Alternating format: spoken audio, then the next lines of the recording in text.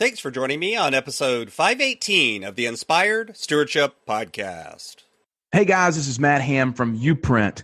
I want to encourage you to find your own journey to living your life's calling. And one way to be inspired to do that is to listen to the Inspired Stewardship Podcast with my friend Scott Mader.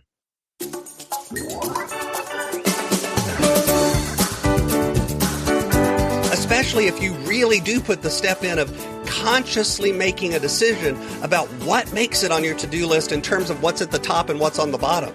I will tell you, the kinds of tasks on my to-do list go into the future by months and months and months, sometimes a year or more into the future. Sometimes I just put things on the to-do list that are someday maybe ideas that I just want to capture and get out of my head, but they don't even have a due date yet. Welcome and thank you for joining us on the Inspired Stewardship Podcast. If you truly desire to become the person who God wants you to be, then you must learn to use your time, your talent, and your treasures for your true calling. In the Inspired Stewardship Podcast, you will learn to invest in yourself, invest in others, and develop your influence so that you can impact the world. In today's episode about investing in yourself by stewarding your time, I talk with you about why the way you use your calendar and your to-do list is important. I share the tactic of dealing with blocking time on a calendar versus working from a list, and why this can make a real difference in your productivity.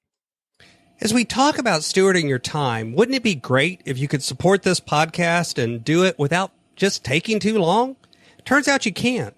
All you have to do is use inspiredstewardship.com/Amazon when you're ready to make a purchase via Amazon, and a small commission will come back to support the show just that quick.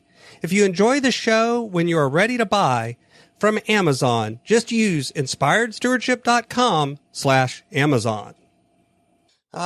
Calendars and to-do list. You know, the truth is, most of us have multiple calendars and often multiple to-do lists floating around where we've got a list for work and a calendar for work and then a calendar for our home life and a list about things that we want to do at home. Maybe we carry around a grocery list and other lists as well.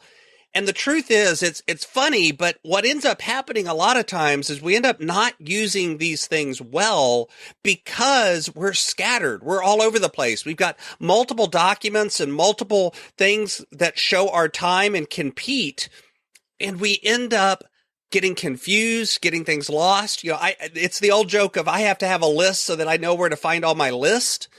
I have to have a master calendar that pulls all of my calendars in. That actually sometimes is not a bad idea.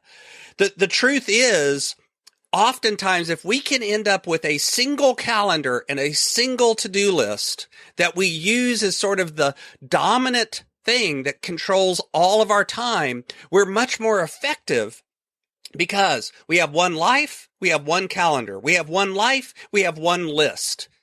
Now, the other thing that ends up happening a lot of times is people hear that and they go, great, so I should get it down to one thing. So let me use my calendar as my to-do list. And I would suggest that these two things are actually used in different ways if you want to be as effective as possible with how you use your time. So let's talk a little bit about the difference between a calendar and a to-do list and how you determine what you use each for. See, a calendar is really just a list of days and times. And then what we usually add to a calendar, I mean, the kind of stereotypical system is to think of a calendar as a place to put appointments. And that's true. What you can do with a calendar is you can put things on there that have a fixed time, a fixed place that they need to occur. It can be an appointment. Now, here's the interesting thing. It doesn't just have to be an appointment with others. It can also be an appointment with yourself.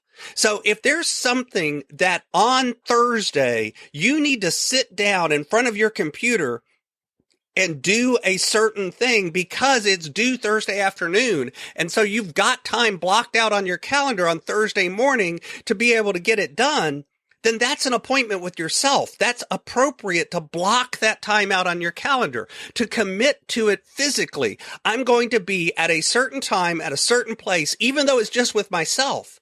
And then if somebody else comes along and wants to schedule a meeting or a time during that time on Thursday morning, you legitimately can say, no, I've got an appointment. Now, you don't have to tell them that the appointment is with yourself. It's an appointment. It doesn't matter who it's with. They don't need to know that information. It's not necessarily relevant. So this is a way of blocking time out on the calendar for appointments. Now, let me share something else, another trick on the calendar. Let's say, for instance, you actually have to drive to an appointment. What we usually fail to do is take into account the time it takes us to get there and the time it takes us to get back or to the next location. I'm suggesting that you actually block out on your time transportation time, the amount of time it takes you to get to the appointment, the amount of time it takes you to get back from the appointment as well. Because again, that time has a fixed time and place. You're going to be in the car. You're going to be traveling. Now, obviously, you can't get everything perfectly right. Sometimes you put down an hour and the appointment only takes 30 minutes. Sometimes you put an hour and the appointment actually takes an hour and a half, but you can at least get a fairly good grasp of your time. And you can see, for instance, right away, hey, this appointment is going into the transportation time. Therefore, I need to call someone and let them know I'm going to be late to the next thing, or I need to rearrange something on my schedule. It gives you visibility of how your time is flowing throughout the day. So if that's a calendar, then why not just take everything from my to-do list and begin to put blocks of time and say, hey, this 1 hour time, this is when I'm going to get this done.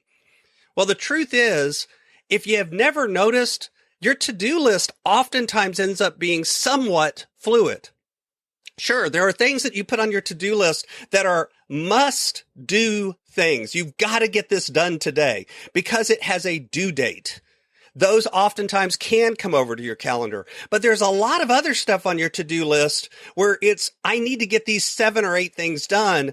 And honestly, if I do 3 of them on Monday, 3 of them on Tuesday, and 3 of them on Wednesday, it really doesn't matter which 3 I do each day.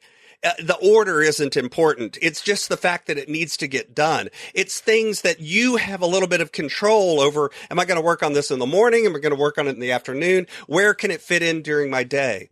Or it may be a series of small tasks that you need to pick up and put down and be able to kind of slot in where you have time. So the to-do list is really just a list of all of the possible things that you might want to do.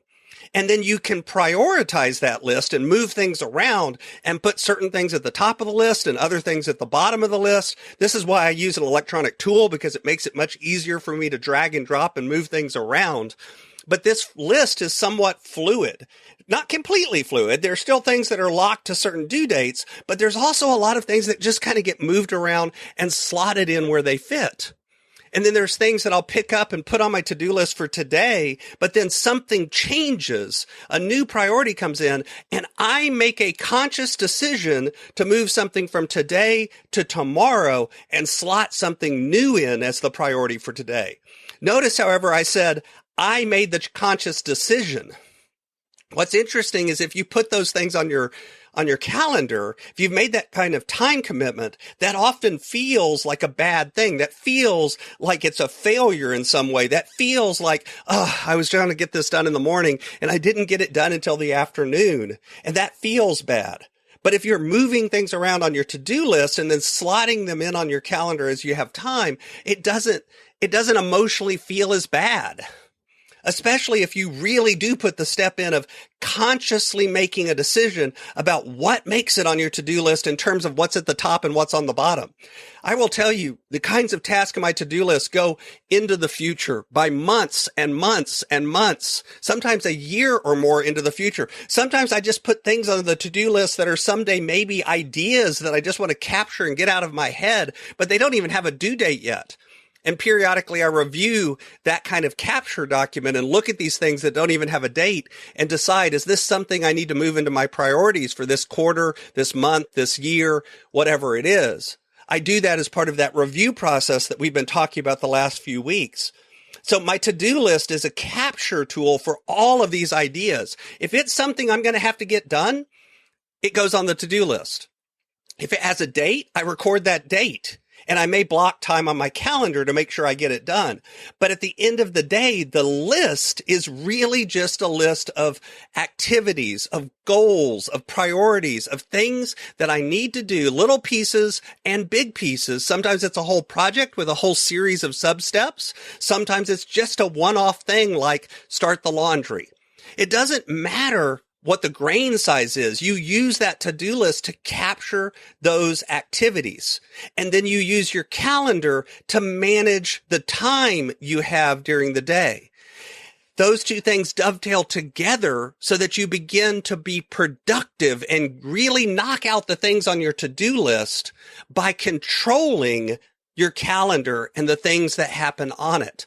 But you don't just put your to-do list items and assign them times on the calendar willy-nilly, because often then you end up doing things that aren't the most important things. You end up not getting as much done. And again, I prioritize my to-do list in the morning. I'll touch it a few times throughout the day. But other than that, as I have time, I'm just, what's the next thing on my to-do list? Okay, this is going to take me about 30 minutes. I have 30 minutes available. Let me get it done. Sometimes it's like, oh, this is going to take me 30 minutes. I've only got 15 minutes. And this is something like recording a podcast where I can't stop in the middle. Okay, so I need to move that down and look, okay, where's my next 15-minute activity? Here it is. Move it up to the top. Now let me knock that out real quick. Send a quick email or do something like that. So the truth is, you can tag these things on the list. You can filter them. You can look at them, and it becomes a dynamic process as opposed to slotting them in on the calendar, which ends up being harder to change and more static. And you end up being more frustrated with your time. So that's a good suggestion on how to use your calendar versus a to-do list. If you want more tips like this, as well as other suggestions, you can check out my course over at Productivity for Your Passion at inspiredstewardship.com/launch. Check it out there. See if that's something. And I'd love to help you get more efficient and more productive with your time this year. Thanks for listening.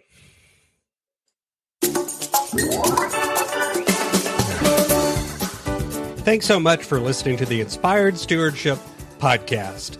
As a subscriber and listener, we challenge you to not just sit back and passively listen, but act on what you've heard and find a way to live your calling. If you like this episode on the stewardship of time, be sure to sign up for our Stewardship of Time Tips series by going to inspiredstewardship.com/time or texting 44222 time tips. And that'll get you our best tips on stewarding your time.